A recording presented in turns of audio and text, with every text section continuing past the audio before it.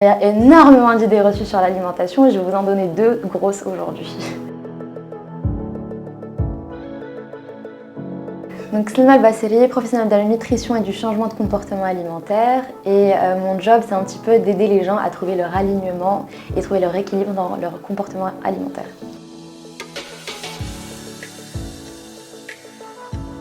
La première, c'est que les produits light c'est meilleur pour vous. C'est faux. Complètement faux, parce que les produits light, par définition, c'est des produits transformés auxquels on va en plus venir rajouter des additifs et des édulcorants pour arranger un petit peu le goût et la texture. Donc ça, c'est la première, donc les produits light, no. Et la deuxième, c'est que la viande rouge est mauvaise pour vous.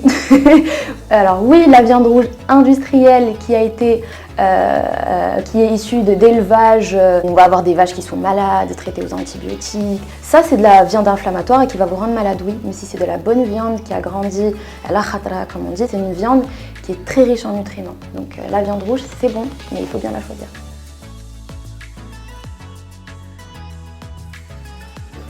Les régimes restrictifs qui sont généralement à la mode parce qu'ils permettent de perdre rapidement, c'est le meilleur moyen de se tirer une balle dans le pied et de se gâcher la santé physiquement et mentalement. Physiquement parce que notre métabolisme va généralement ralentir et rétrograder au fil du temps, parce que notre corps va détecter une situation de famine et ça va rendre la perte de poids beaucoup plus compliquée et surtout le maintien très difficile à la suite du régime. Et d'un point de vue mental, en fait, ça ne va pas nous apprendre les habitudes nécessaires à la création d'un mode de vie, parce que la seule chose, et je le dirai jamais assez, la seule chose qui vous permettra de perdre et de maintenir votre poids, c'est de créer un mode de vie. Et un régime que vous suivez sur un mois ou deux, bah, finalement, ça ne vous apprend pas grand-chose.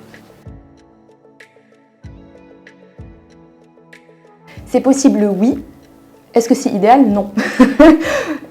On va perdre du poids lorsqu'on va créer un déséquilibre dans la balance énergétique, c'est-à-dire qu'on va brûler plus d'énergie qu'on en consomme. Mais à côté de ça, ce qui nous intéresse généralement, ça va être l'aspect physique qu'on va garder. Parce que, en fait, je vais perdre du poids, je vais perdre 5 kilos. Quand je me balade dans la rue, il n'y a pas écrit moins 5 kilos sur mon front, en fait. Et il y a juste l'aspect que je vais avoir qui va se voir. Quand on perd du poids sans faire de sport, sans maintenir sa masse musculaire, on va avoir un aspect flasque. Et ça, c'est pas top. Ça, c'est pas top. L'effet yo-yo, c'est un peu le mal du siècle, surtout chez les femmes, parce qu'on a toutes, je pense, essayé des régimes un peu en mode crash et kamikaze. Tu perds beaucoup de poids et ensuite tu en reprends parce que tu n'as pas pris le temps de te créer un mode de vie et d'apprendre ce qu'il fallait apprendre. Mais pour moi, le meilleur moyen d'éviter l'effet yo-yo, c'est de trouver son poids naturel. Donc le poids sur lequel tu es programmé génétiquement à bien te sentir physiquement, mentalement, te sentir en sécurité, pas en famine, pas à la recherche de quoi que ce soit, pas en crise finalement, et le maintenir en créant un mode de vie sain à côté. L'été pour moi c'est la meilleure période pour s'hydrater à coups de fruits, les pastèques, les melons qui sont super bons et super hydratants et plein d'électrolytes. Il faut savoir que les électrolytes c'est essentiel pour une bonne hydratation. Boire de l'eau comme ça en bouteille c'est pas suffisant. Et puis on a de belles journées ensoleillées qui nous permettent de rester actifs et actives beaucoup plus longtemps. Donc hydratez-vous et restez actifs.